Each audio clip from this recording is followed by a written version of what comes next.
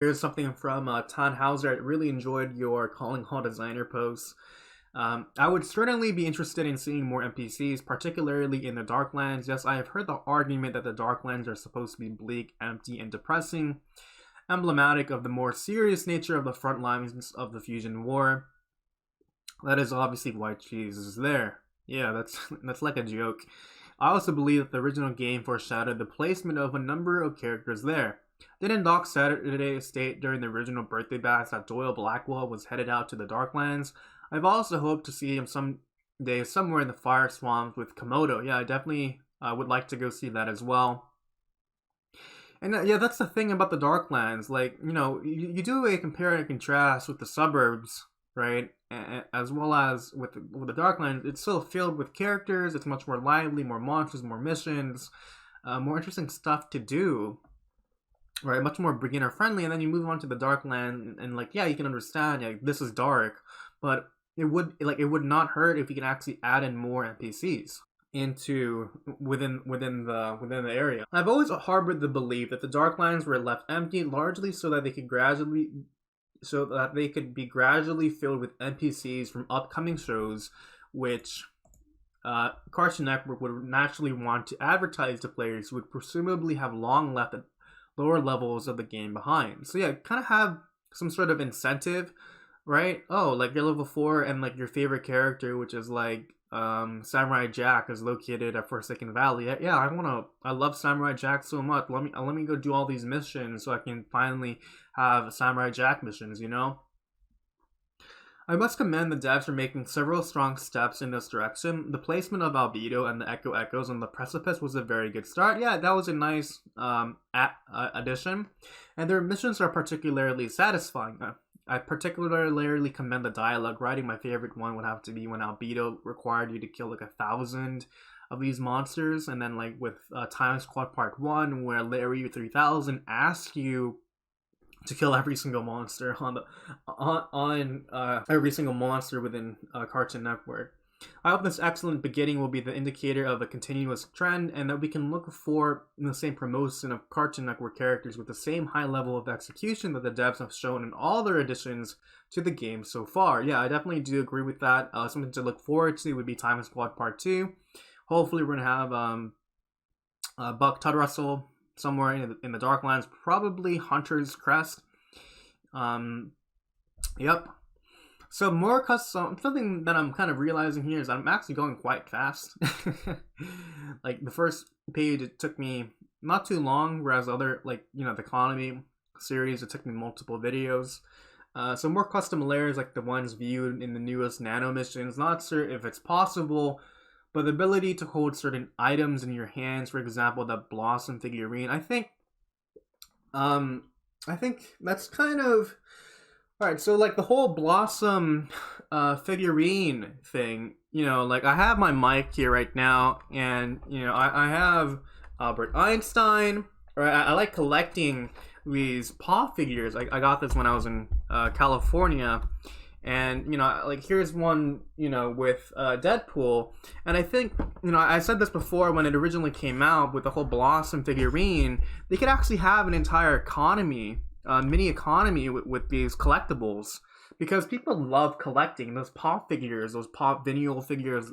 People love collecting them in real life. And imagine if we could actually have 36 of these. We already have one for Blossom, just 35 more to go. And imagine we actually have limited edition pop figures. So for example, if they were to have implemented this idea for Time Squad Part 1, they could have released a limited edition Larry 3000 pop figure, which would be really nice as well.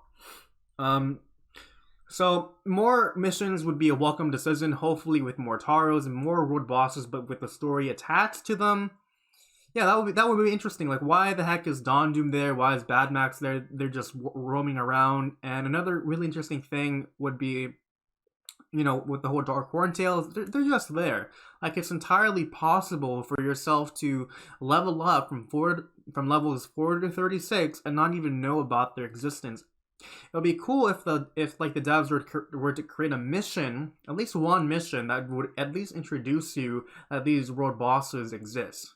So we would have one world mission for Dawn Doom and another world mission for Batmax inside of the future, or if they were ever to come back into the past, and another world boss and another world mission for like the introduction of the Rage Roadkiller, another world mission for the introduction of the Dark Horntails, and another world mission for like Shipwrecker. Because again, you can go the entire game without knowing that the Shipwrecker exists. It's at the Bravo Beach island. And I think a way for yourself to go introduce that is that the player could just walk to the spawning points that these world bosses are around. So it's kind of like an investigation, right? And that will be a great way to introduce the concept of world bosses inside of the game. Additionally, speaking about the introduction of these things, it would also be really cool if the devs can also make a mission where it teaches brand new players how to change nano powers. So for example, let's just say that you're inside of the future, or let's just say that you're level 4 or level 5, the devs can make some sort of mission where you're required to change the nano power of Buttercup from stun cone to scavenge, or whatever power the player wants. Another thing would be a mission that introduces you to the concept of infected zone racing. Again, something that could be introduced in the future or something in the past, because people can just easily skip the future, right?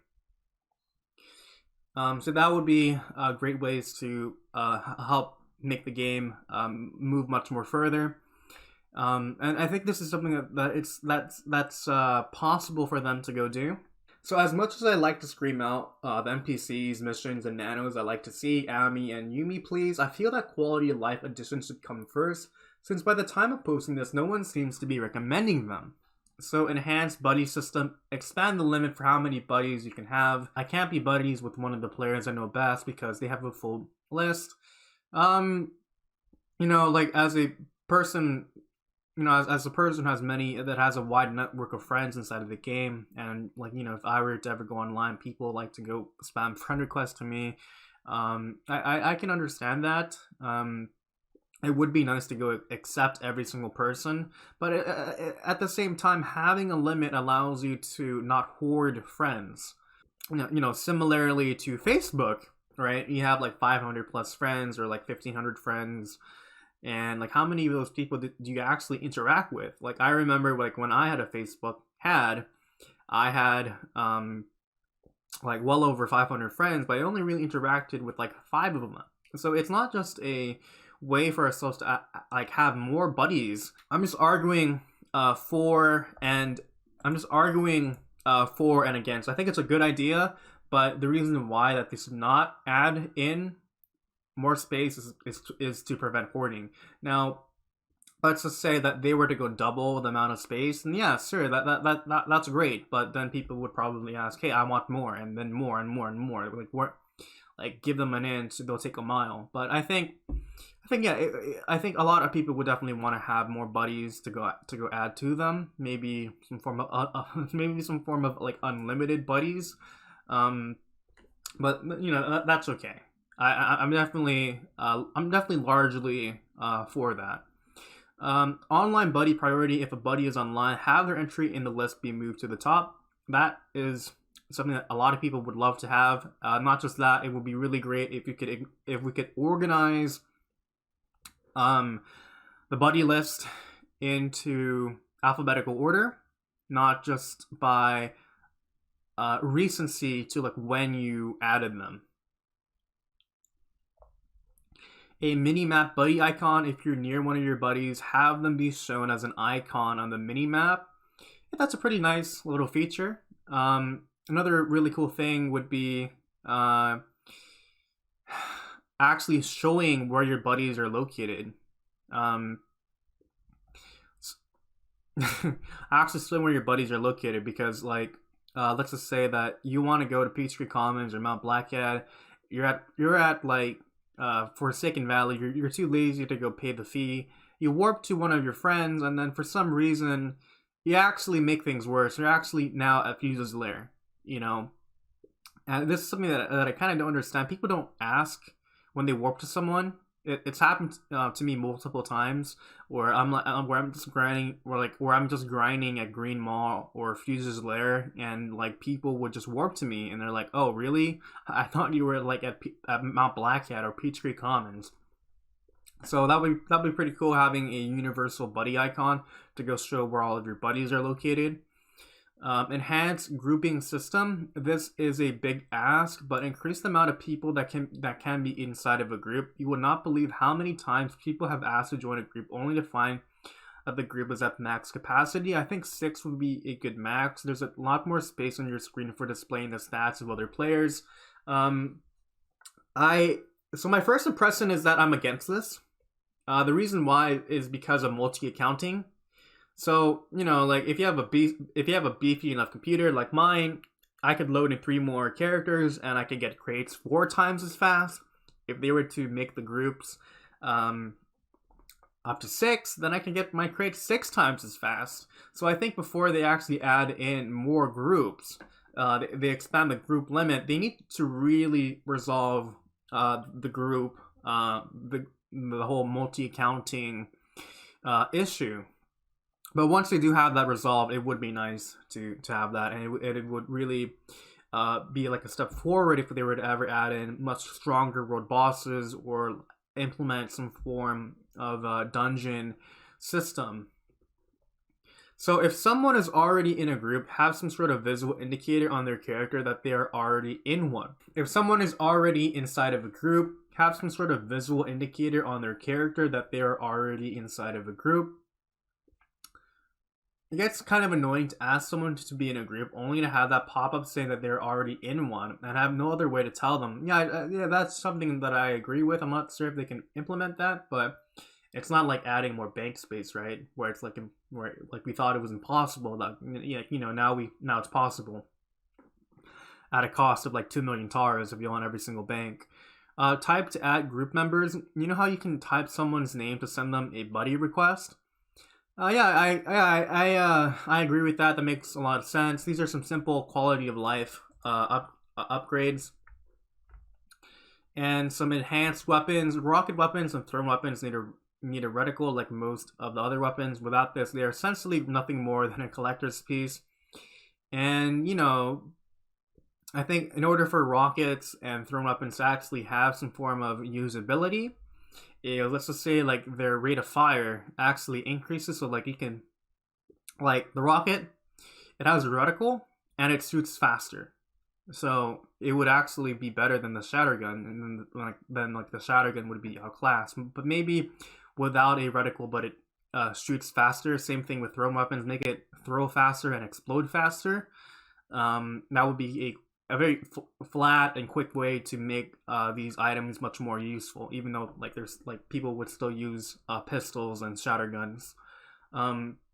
But it will probably be a step in the right direction. And for rocket and thrown, there's also melee weapons, which it's actually inferior to shatterguns because shatterguns have the longer range, and they can also kill 3 monsters at a time. So like melee weapons is like at a disadvantage compared to shatterguns. Similarly for rifles, like that extra distance doesn't do anything at all. So that's why people use pistols, because of the higher damage per second. So you always see people wearing like wrist rockets, as well as like the Fuse Breaker Hurricane, the purple one. So enhanced transportation. We need more monkey routes, for example, from Mojo's Volcano to Tech Square and vice versa. I'm not exactly sure if that's possible. I definitely would like to go see that. I think one for the scamper would be very nice as well. A scamper from Forsaken Valley all the way to the precipice would make a lot of sense. I remember I was talking about that on the forums. FusionFall map. So, like here we have one from Peachtree Commons. 1, 2, 3, 4, 5. That's 5 all the way to Enzo, right? So you have Forsaken Valley. 1, 2, 3, 4, 5, 6. Yet there's no scamper. It would definitely be a quality of life if they can add a scamper from Forsaken Valley all the way to Peach Creek, all the way to the precipice. And you know, similarly with what they did with like the Ennsville scamper, it can now fly to other areas. So it will be cool. Like let's just say like you're done grinding at Fuse's Lair. You go to the precipice. You want to go back into Peach Creek Commons. That would be great, right? That would be fantastic. You don't have to go take the scamper all the way from, you don't have to take the Monkey Skyway agent all the way from the precipice, 6 areas, 1, 2, 3, 4, 5, 6, and then take the scamper to Peach Creek Commons. That would take a long time. Let's just go from Fuse's Lair to the precipice, and then take the scamper all the way to Peach Creek Commons. That would definitely be a very noticeable quality of life thing, and could definitely be done. So there's only another form of transportation would have to be one from Ennsville all the way to City Hall and vice versa, and as well as perhaps one from Genius Grove all the way to Tech Square. That would make things a lot better. Here's some of the original design of the Great Iron Jaw. This would be fantastic, and it would be really cool if this can actually be a form of a world boss right there. I think her model is okay. I think they're supposed to look ugly, so that's alright.